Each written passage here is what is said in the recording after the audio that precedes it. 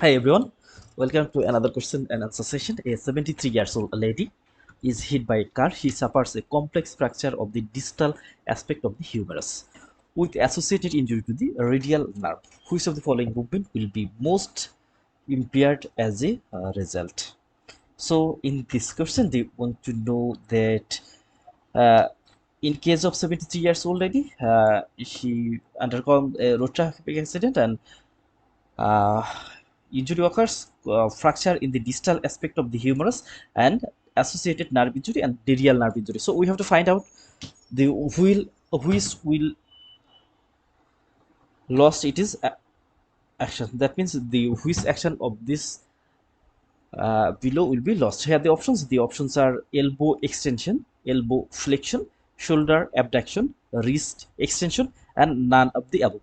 To realize about this question, first of all we have to know about details about the radial nerve. We know that the radial nerve, it supplies the nerve and it is a demonic expression, that is the beast. B E A S T, beast. B for brachioradialis, E for extensor, it is the all extensor group of the arm and forearm, so extension may be impaired. Then A for abductor pollicis longus and enconeus, S for supinator, so supination also will be lost, and T for triceps, which causes the extension of the elbow. So this group of the muscle will be affected as a result of radial nerve injury. But at the same time, we have to see the location of the radial nerve injury.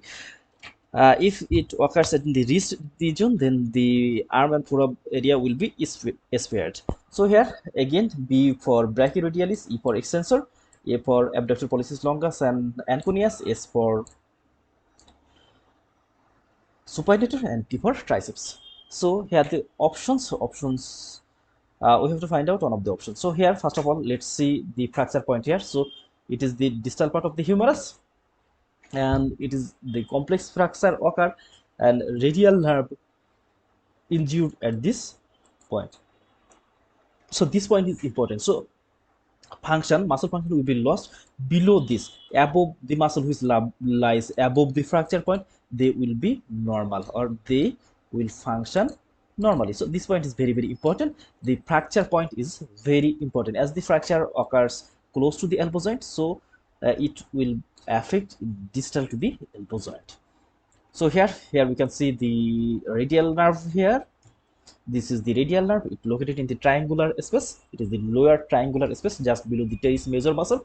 And the radial nerve, it goes backward, and finally reaches in the forearm. And in this position, we can see the triceps. The triceps, it is the extensor of the elbow joint. It is the extensor of the elbow joint, and this triceps, it is a large muscle, and it has the lateral, medial, and long head. So here, this point, that is the long head, then lateral head and